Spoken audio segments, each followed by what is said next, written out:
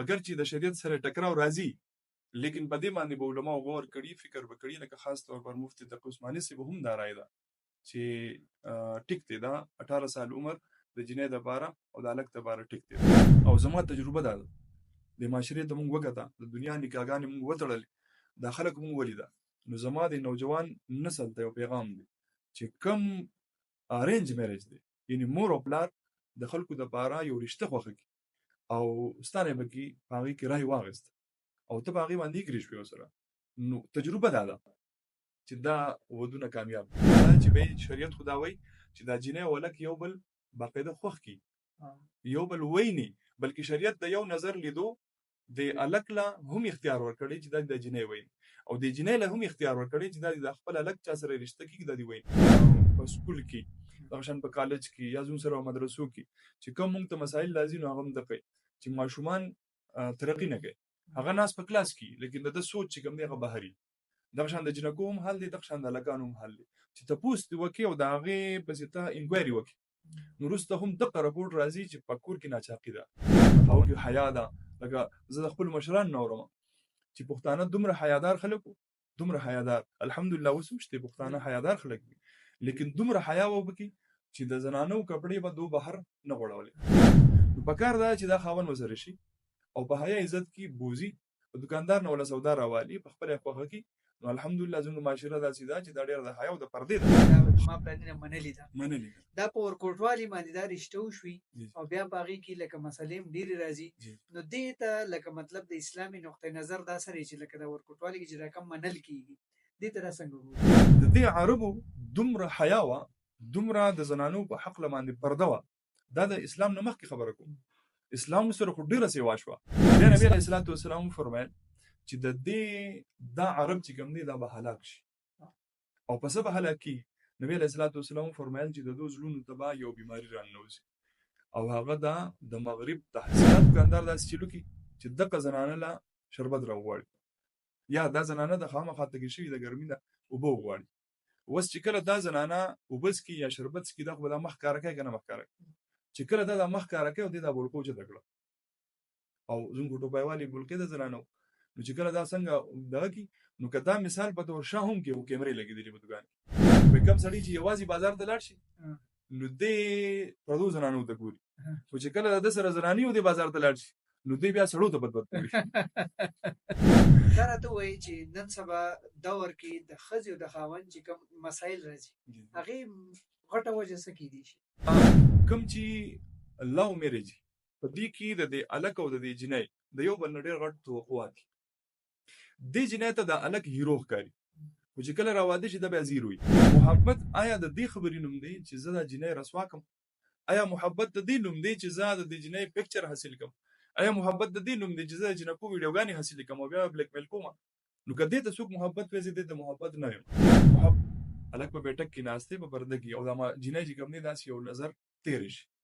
غیر محسوس طریقې سره بلکې نن سبا خو تقریبا چې جدید دور دی جو دا خبره څوک مایند کیم نه تقریبا او کولی د شي یو نظر نو پدې کې شریعت اجازه ورکړي زه به تاسو ته یو اگزامپل درکم د یو ملګری چې هغه وی چې زمونږ یو ماشومه ده او هغه ماشومي زما کور والد فریاد وکړو جړلې چې پلیز ما کم ځای کې چې ما ورکای زما د رشته ده نو هغه لک زما نه دی خوښ هغه لک زما نه دی خوښ او ما ورکای ما ته وی چې نه خامخا به دخل درشته وکای ما یو بیان کړو چې هغه ډیر زیات وایرل شو نو هغه کې ما صرف خبره دا کړی و چې آیا د انګور په ذمہ باندې د خواخي او د سخر خدمتونه شته بالکل جی نو دا خبره دومره وایرل شي وا چا به کې ماتم بدري دی ویلو کوم ماشوم په کور کې ځاله جارو نشواله په کور کې هغه دومره نیازبینه ده چې هغه غریب ځاله چې کوم دی چې د سکول نه راشي نو خپل بوتان نشويسته او دغه ماشوم چې کوم دی زره والا مداغي د اجازه نه بغیر او دا غي ز نکاح کوم بالکل شریعت د اجازه نه چې دلته یو نظام دی چې چا نه سو قتل کی عزیز مسله راشي نو باغی کې یو نظام داسې د سوري دی نو په دغه سوري په دې نظام کې کوم تاسو ګوربای کې داسې مسله راشي چې پای کې دا د جنې عمر ته نه کتلېږي بسم الله الرحمن الرحیم پودکاسټ وذ سجاد زما سره نن سټوډیو کې ډېر قدرمن ډېر قابل انسان موجود دی د مدرس دی مشر دی مدرسې دی چلی زما سره او د خطیب دی زما سره موجود دی مفتی طفیل حاجي صاحب. سر مونږ تاسو ته په سټوډیو کې هرکلی وایو. جزاک الله جی. سجاد علي صاحب، یوسفزی صاحب، ډېره مننه، قدرمن شئ او چې تاسو موږ له وخت راکړو، ډېره مننه. الله خوشحاله کړي. نن پودکاسټ زمونږ سره دوه ټاپکس دي. یو چې کوم پاکستان پارلیمنت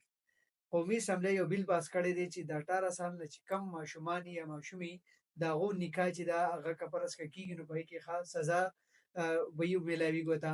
دویم د ډونالډ ټرمپ چې دی هغه د سعودي عرب، قطر او د متحده عرب امارات چې کوم ویزټ کړی دی د هغې متعلق په د مفتي صاحب نه تپوس کوم. مفتي صاحب موږ به خپل ټاپک ته راشو. څنګه تاسو ته معلومه ده د پاکستان قومي اسمبلی یو بیل پاس کړی دی او په بیل کې دا وایي چې کوم د 18 سال نه کم ماشومان یا هلکان دي او جنکۍ دي د هغو په ودونو باندې پابندي لګولې ده. تاسو راته دا ووایئ چې اسلام چې دی، شریعت چې دی، هغه کم عمر څونه ښوولی دی چې د هلک او جنۍ پکې واده کولی شي؟ بسم الله الرحمن الرحیم. د نکاح په حوالې سره شریعت محمدي صلی الله تعالی علیه وسلم د دې لپاره عمر چې کوم متعین کړی دی نو هغه دی بلوغت. چې کله د دې ماشوم یا ماشومې جنۍ او هلک نکاح کیږي او دو رخصتي کیږي نو کم از کم د رخصتۍ په وخت کې چې د دې جنۍ او د دې هلک عمر د 9 او د 15 سال په درمیان کې نو شریعت خدا ښودلی دی. خو چونکې کم چې پخواني یعنی وجودونه جسمونه نو په هغه وخت کې یو خو د جسمونو طاقت سیوا خوراکونه صفا او ماحول صفا و، د هغې د وجې نه به وجودونه دا به ښایسته و، ښکلي و، طاقتور و، نو د هغې به نقصانات دونه نه و. خو چونکې حالات د وخت سره احکامات بدلیږي، لکه خاص طور پر دا اوس چې کومه مسله ده چې په کم عمرۍ کې آیا نکاح کول یا رخصتي کول، یعنی نکاح او رخصتي دا جدا جدا څیز دي. یو خو دا دی چې نکاح وشي، کم اکثر عموما موږ هغې ته منګني وایو، اگر چې منګني په شریعت کې سره شته نه بلکې نکاح ده، یعنی د دې جنۍ د واده ورکولو وعده ده. مونږ چې د منګني وایو که نه، کویدن چې ورته وایو، نو دا کویدن اصل کې په شریعت کې نشته، دا صرف چې کوم دی وعده ده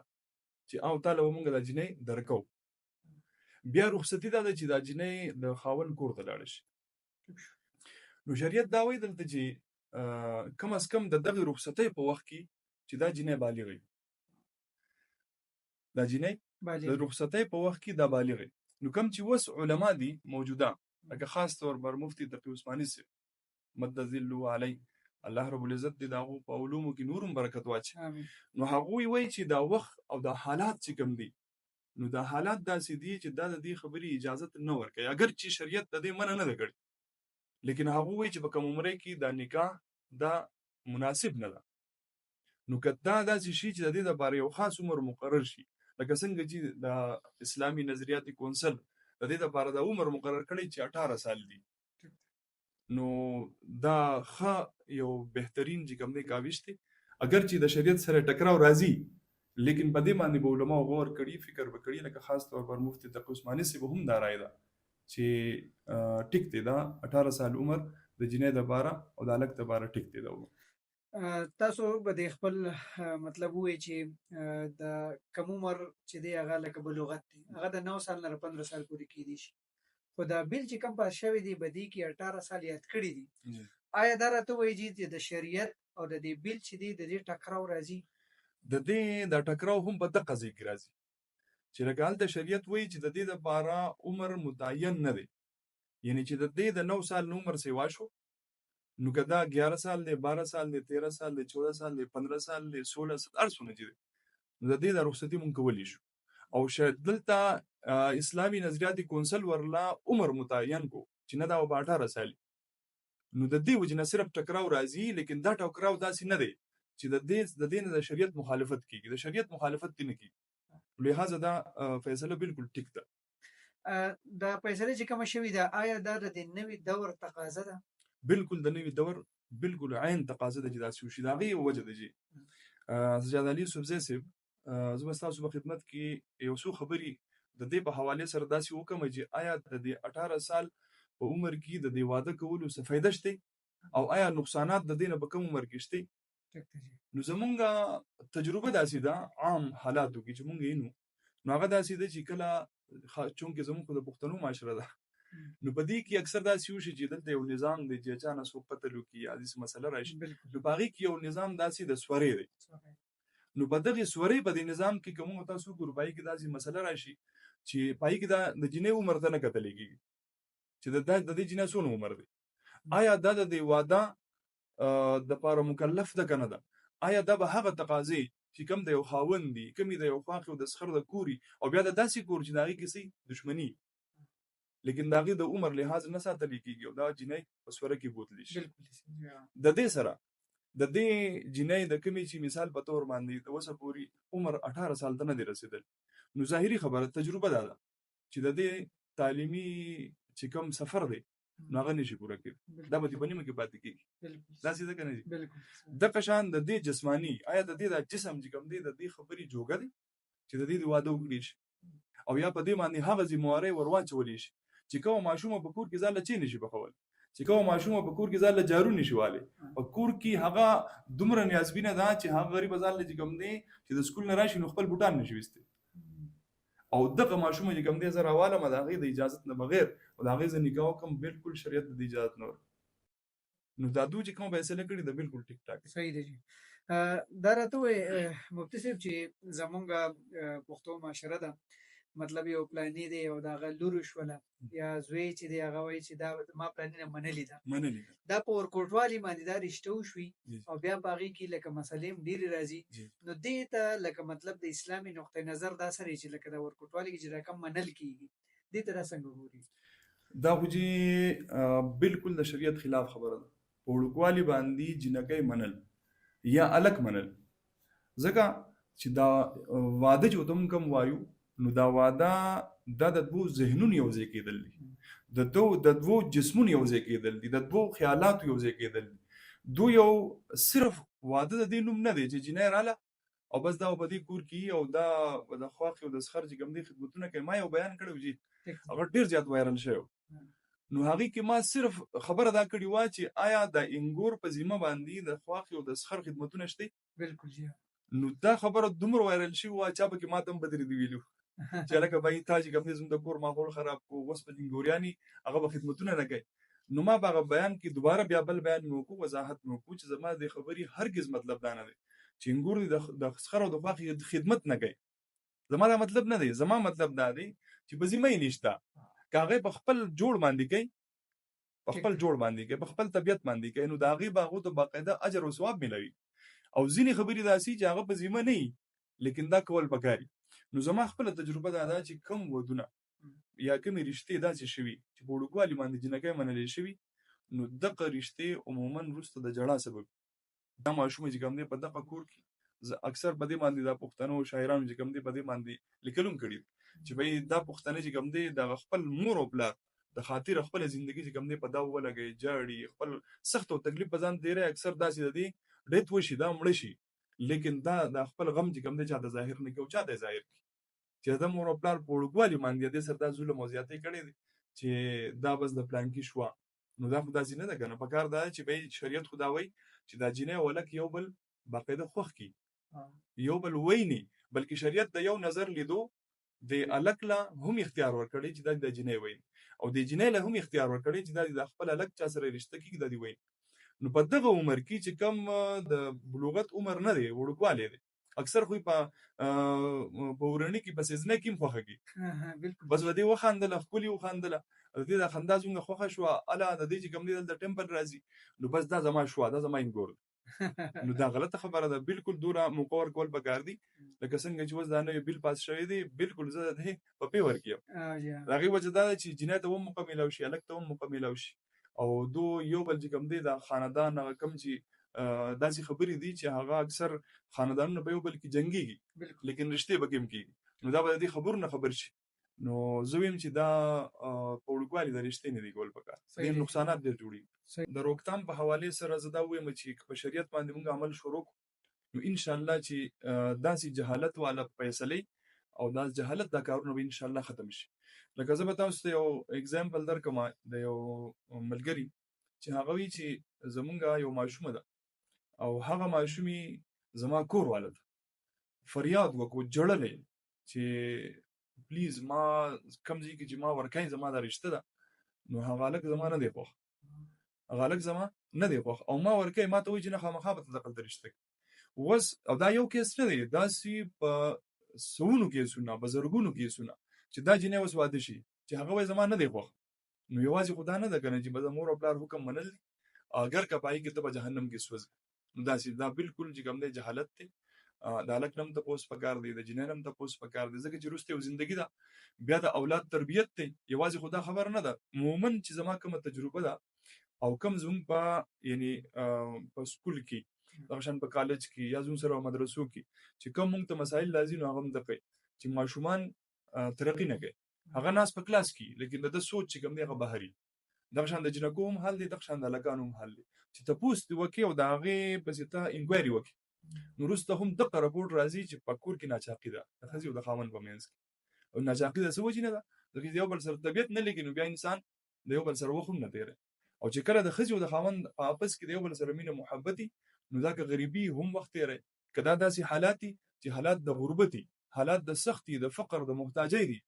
حالات دي داسې چې خاوند د بېروزګاري لیکن په آپس کې مینه محبت دی نو دا به یو بل نه بوج کېږي نو زما رای دا چې شریعت ته وکتلی شي او داسې فیصلو نه ځان وباسو اسی مطلب دا نه یو جنۍ او د هلک رشته کېږي خو هغه لکه عموما که خپلوان یې خو بیا څه مسله نه وي جنۍ لیدلي هلک یې لیدلي دا هر څه ورته پته وي خو که دا رشته چې دی دا لکه مطلب دا چې په غیر رشته دارو کې کېږي نو د هغې طریقه څه کېدی شي لکه د هلک د جنۍ څنګه لیدی شي د هغې دپاره خو پکار خو دا شریعت دا وایي چې دوی ته یو موقع داسې ورکړي شي مثال په طور باندې د هلک په بیټک کې ناست هلک په بیټک کې ناست دی په پرده کې او دا جنۍ چې کوم دی داسې یو نظر تېری شي غیر محسوس طریقې سره بلکې نن سبا خو تقریبا چې جدید دور دی جو دا خبره څوک مایند کوي نه تقریبا او کو لیدلی شي یو نظر نو په دې کې شریعت اجازه ورکړي دې اجازه شته مفتی صاحب زمونږ مطلب دا چې دوه قسمه ودونه کېدی شي یو ته مونږ ارینج میریج وایو او یو ته مونږ لو میریج وایو شریعت اسلام زمونږ دین مونږ ته څه وایي بالکل ډېر سجاد علي صاحب تاسو ډېر ښایسته او ښکلی او د موقع محل یو کوېسچن هم وکړو د دې وخت تقاضا هم دا ده چې داسې خبرې ډسکس شي په دې باندې بحث مباحثه وشي چې خلکو ته اویرنس پیدا شي په لو میریج او ارینج میریج په دې کې عموما یعنی عام طور بس کم نوجوانان مونږ اوري نو هغه خو به دې ته خوشحالېږي چې د مفتي صاحب د خولې نه دا راوځي چې یاره لو میریج چې کوم دی دا بهتر دی لیکن یو داسې لو میریج که نه لکه نن سبا چې کوم لو کېږي مثال په طور باندې د په کور کې دوه جنکۍ دي او د دوانو سره د هلک چې کوم دی لو دی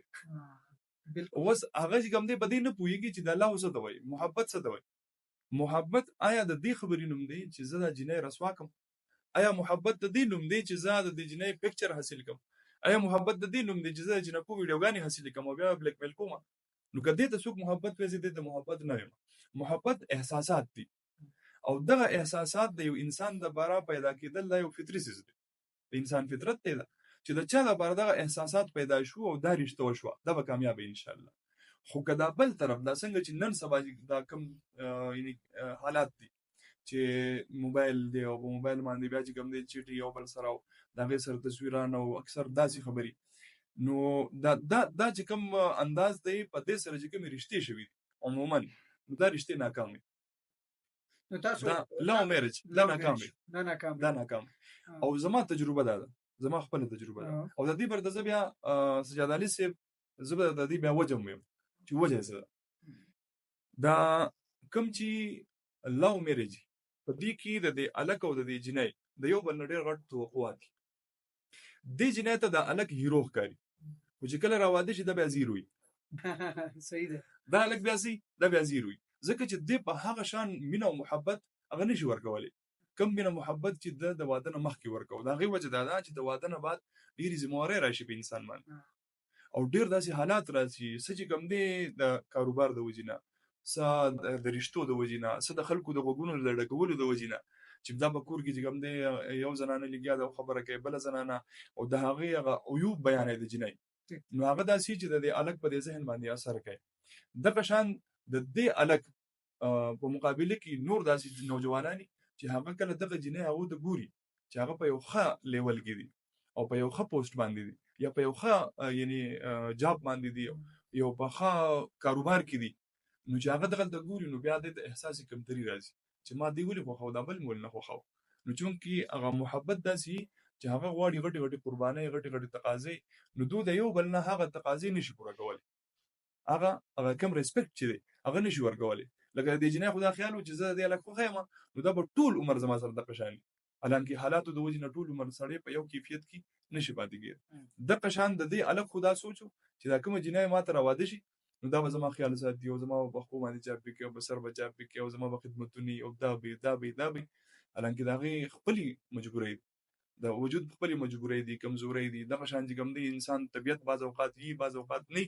نو د هغې د وجې نه دا به د خپل څیز کې څه شي کمزوري راشي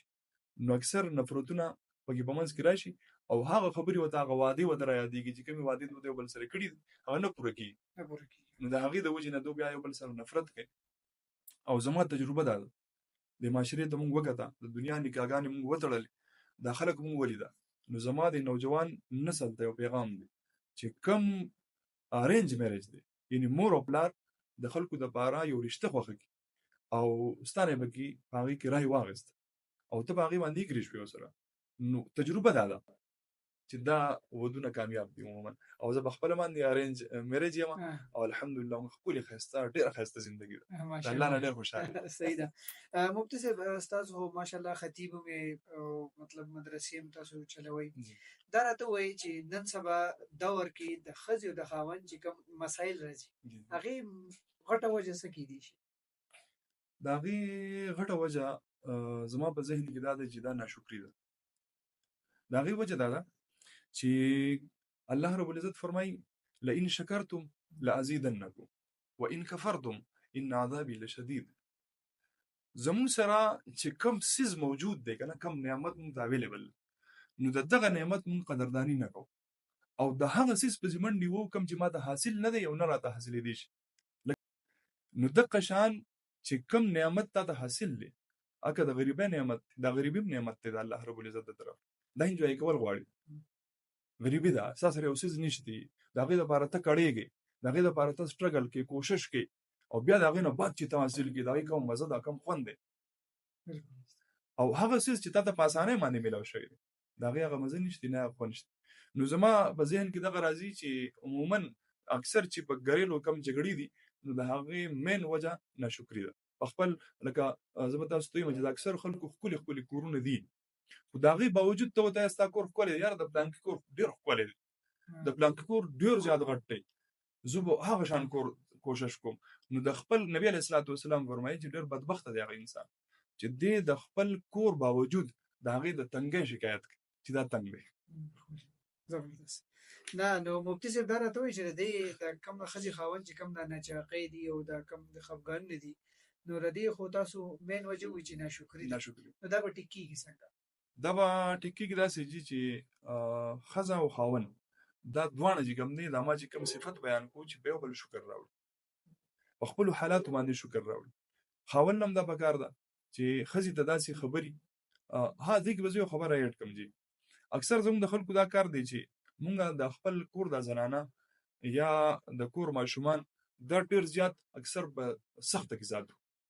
او داغه باندې سختی کو بیجا سختی ان چې داغه سختۍ څه ضرورت نشته لیکن موږ یې پکاو مثال په تور باندې یو زنانه ستانه ډیماند وکړو چې مال دغه جوړه پکار د مال واخ یا زه چې کوم نه دغه زی ته زم مارکیټ یا بل زی ال تزم نو مال اجازه راک مثال په تور باندې خاون به سختی کې نه ته نه مارکیټ ته او نه به ته دا جوړه اخلي نو دا د سیسز دی چې دا بیجا په دې باندې سختی کوي د دې خپل یو خسته طریقه ځکه سر په درس کې نه خبره کوم چې تا کله خپل زنانه په خپل باندې تا مارکیټ ته نه بوزي ته سره نه ځي نو ظاهري خبر دا به الله ورګوري اول هغه ګوري وزي به خامخا به دغه مارکیټ ته ضرورت دی دا غي سره ریلیټډ داسې سيزونه دي چې هغه خاوند نشي راوړي او یا کراوړي هم شي نو دا هغه کم چې تقاضي دغه نشي پوره کول نو پکار دا چې دا خاوند وسره شي او په حیا عزت کې بوزي دکاندار نه ولا سودا راوالي په خپل خوخه کې نو الحمدلله زموږ معاشره داسې ده چې دا ډېر د حیا او د پردې ده خاص طور پر په داسې صورت کې چې کله نارینه سره موجود دي نو څوک زنانه ته اوچتم نشي کوي داسې ده کنه اکثر به هغه مزاحیه غونډه کې چې دغه کړو وې کم سړی چې یوازې بازار ته لاړ شي نو دې پردو زنانو ته ګوري خو چې کله د سره زنانی او د بازار ته لاړ شي نو دې بیا سړو ته بدبد کوي نو دا د معاشري یو وی کیریا ده دا بالکل ټیک دا کوم زنانه چې لکه مطلب یوازې زی نو دې لپاره څه ګناه شته نه دتل پکار خاص طور پر نن سبا مثال په تور باندې زه یو دکان ته لاړم او دا ورته ځا بالکل انکو د کا حال وې چې زه یو دکان ته مثال په تور زنانه رااله دغه نارینه په دکان کې موجود ټیک شو دا دکاندار داس چلو کی چې دغه زنانه لا شربت راوړي یا دا زنانه د خامخا تګ شي د ګرمي نه وبو غواړي وس چې کله دا زنانه وبس کی یا شربت کی دغه د مخ کار کوي کنه مخ کار چې کله دا مخ کار کوي او دا بولکو چې دکړه او زنګ ټوپایوالي بولکې د زنانه نو چې کله دا څنګه دا کی نو کدا مثال په تور شاهم کې او کیمرې لګېدلې په دکان نو د دې وجنه ډېر د خيسته خاندانونو عزتونه چې کوم دي دا پامال شو او اکثر دغه ویډیوګانو یا تصویرانو په وجه باندې دا زنانه بیا بلیک میل کی نو زما رائے دا ده چې د بازارونو دا کنټرول کړي شي د خپل نارینه سره بازار ته یا مارکیټ ته ځل پکار دي مفتی صاحب زه یو خپل موقع غواړم چې دا تاسو تاسو نو کوم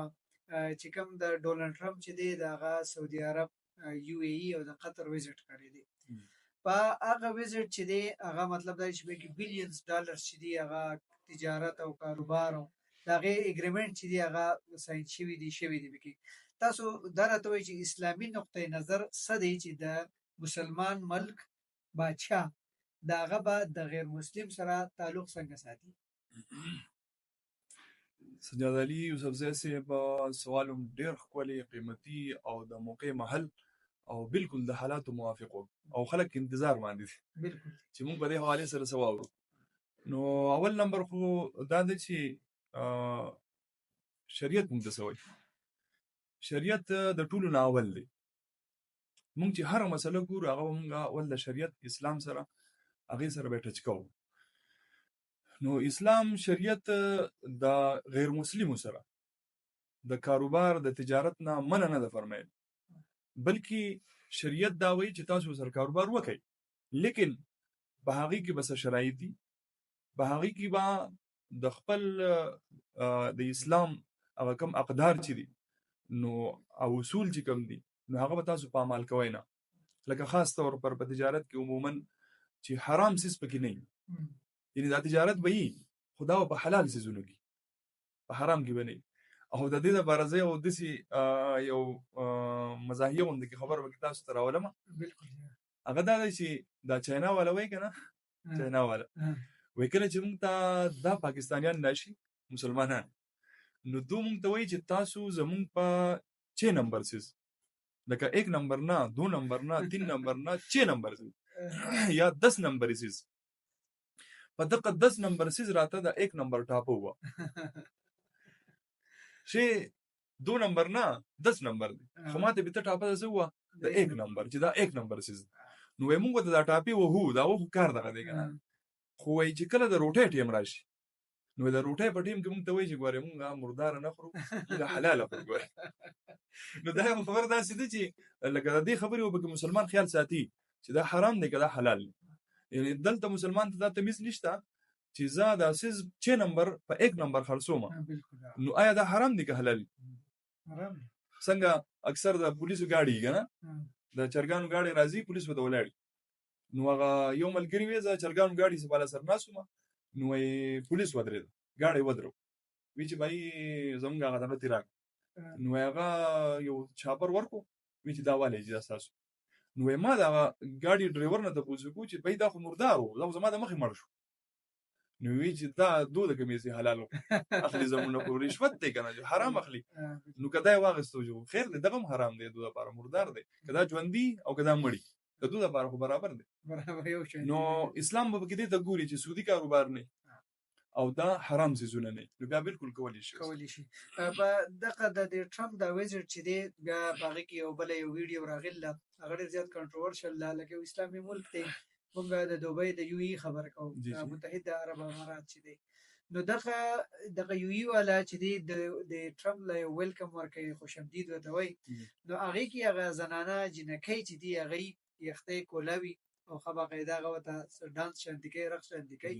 نو هغه یو اسلامي ملک له دا داسې کول پکار دی او دې ته لکه دا به نور دنیا ته سمې شي. جی بالکل. سجاد علي یوسفزی صاحب ډېر ښایسته او ښکلي د موقع محل سوالات دي ستاسو او پکار ده چې په دې باندې بحث وشي. زه چې ستاسو مخې ته د قرآن مجید یو آیت دی هغه پیش کوم. اعوذ بالله من الشیطان الرجیم بسم الله الرحمن الرحیم یا ایها الذین آمنوا لا تتخذوا اليهود والنصارى اولیاء. الله رب العزت قرآن مجید کې فرمایي سوره مائده کې چې اے ایمان والو تاسو د یهود او نصارا د خپل ملګری ما جوړوي. وس الله رب العزت د کائنات پیدا کړی دی او الله رب العزت ته د دې د خیر او د شر پته ده چې په دې سیس کې خیر دی، په دې کې شر دی، په دې کې د مسلمان فائدہ ده، په دې کې نقصان دی، په دې هر څه الله تعالی خبر دی. یو موږ ته یو کتاب رهبر راکړ.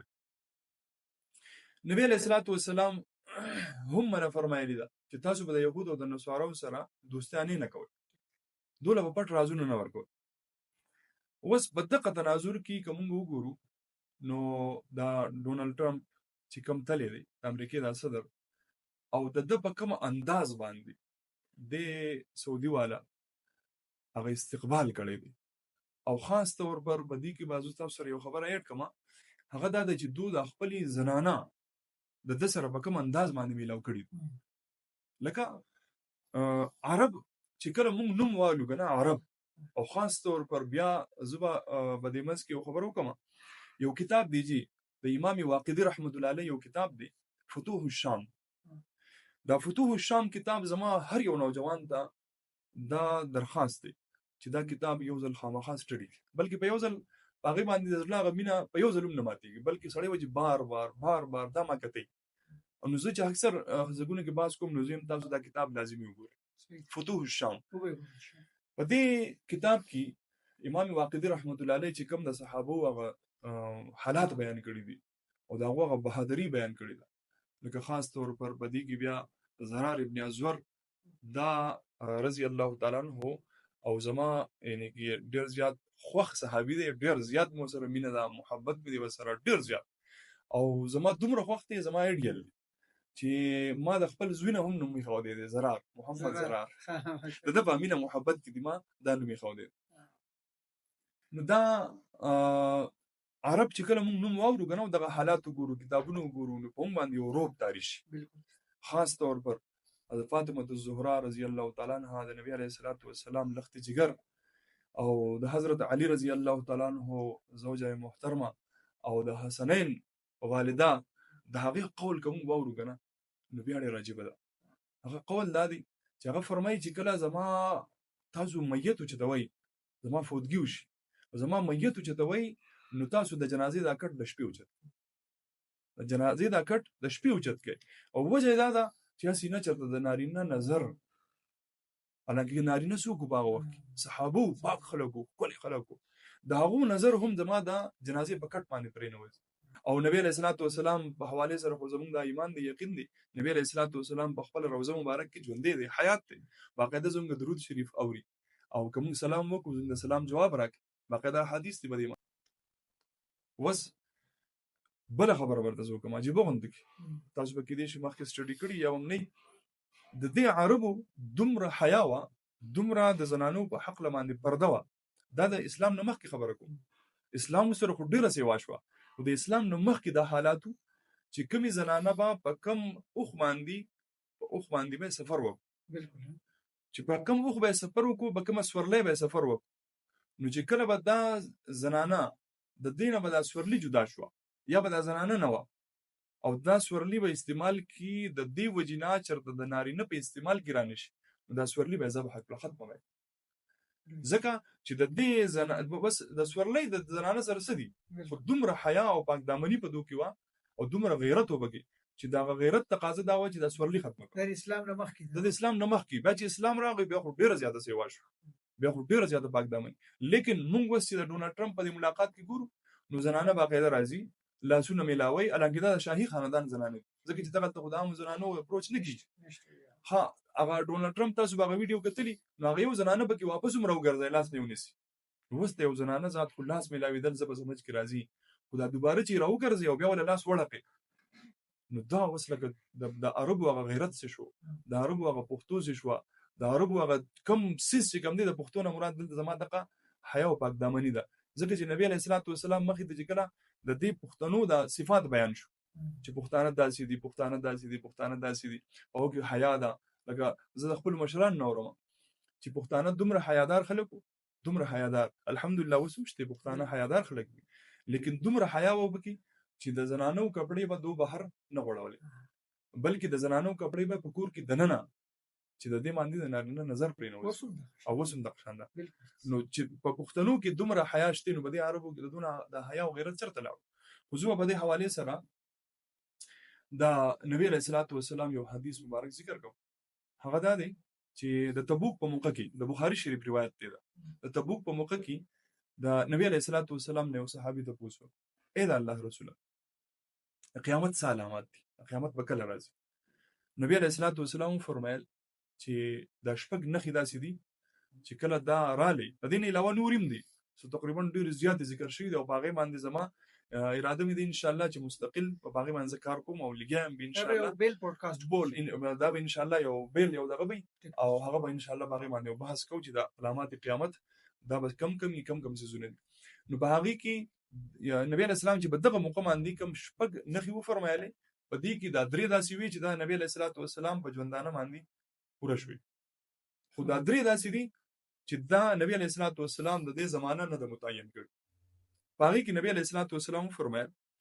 چې په عربو کې با مال انتهایی سیوا شي دولت بالکل و دومره به سیوا شي چې لکه دا به د وبو په شان بهيږي او واستاسو ګورئ دا حالت دی بالکل بیا نبی علیہ الصلوۃ والسلام فرمایل چې دومره به مال سیوا شي ا دې مراد صرف سعودي نه دی دا سوچ په ذهن کې دی د دې نه د پوره عرب خطه چې کوم دی دا مراد لکه دا دوبۍ وغیرہ او دا قطر او دا به کوم راځي پدې خلیج ممالک چې کوم دي نو نبی علیہ الصلوۃ والسلام فرمایل دومره پیسې سیوا شي چې یو فقیر به هغه له با یو سړی 100 دینار ورکړي چې دا 100 دینار والا نو هغه به دوی بس اله بلا 100 بس اله بلا 100 لکه هغه ته بدای انتهایی حقیر ښکاري لکه دومره با پیسې سیوا شي بیا نبی علیہ الصلوۃ والسلام فرمایل چې د دې دا عرب چې کوم دی دا به هلاک شي او پس به هلاکی نبی علیہ الصلوۃ والسلام فرمایل چې د دوه زلون تبا یو بیماری رانوځي او هغه دا د مغرب تهذیب دا غي محبت په دوه زلون رانوځي دغه مغرب د تهذیب د محبت د وجنه دا عرب چې کوم دی دا به هلاکی او دا غي وجه څه ده نبی علیہ الصلوۃ والسلام درې موجو فرمایل دا غي وجه دا چې دا کم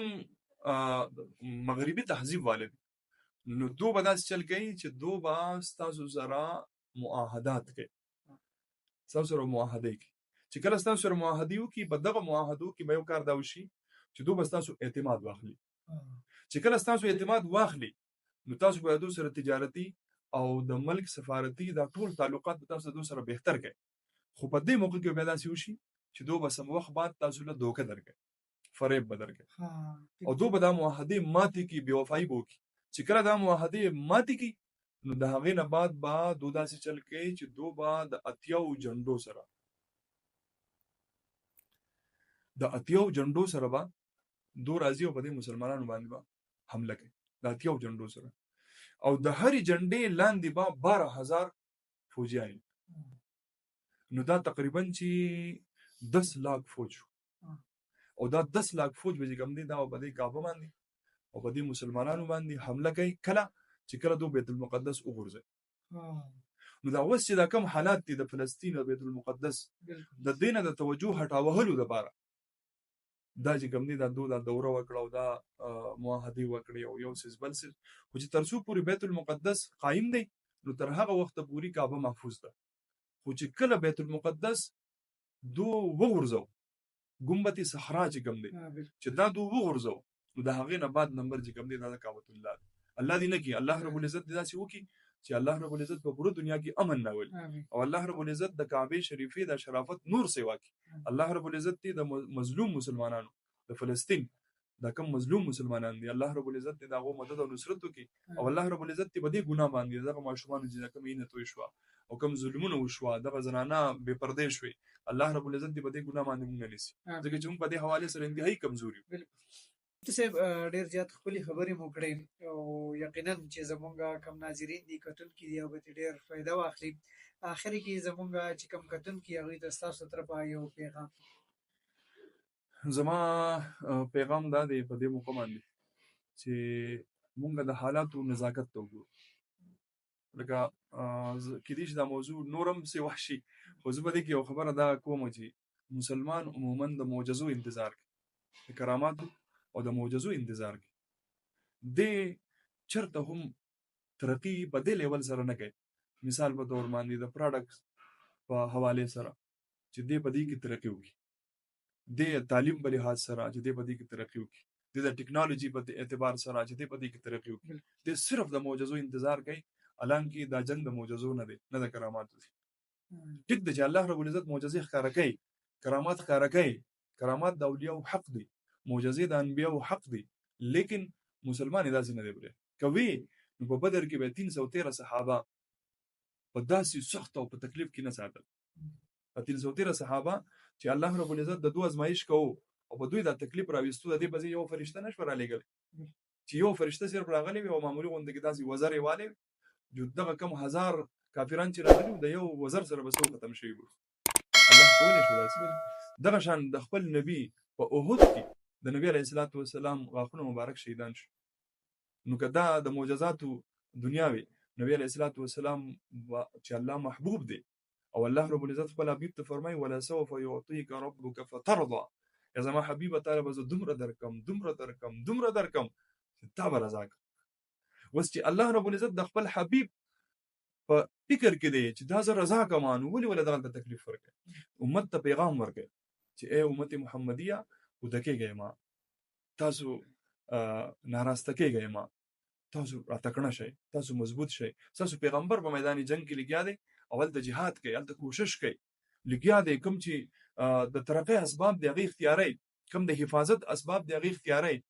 نو په دې باندې نه چې ته معجزو انتظار کوي مونږ دې مونږ پسې نه دي روزي دې روزي پسې نه ده ستا معاملات ته وګوره معاملات د ټول 2 نمبر دي ته د الله رب العزت مدد څنګه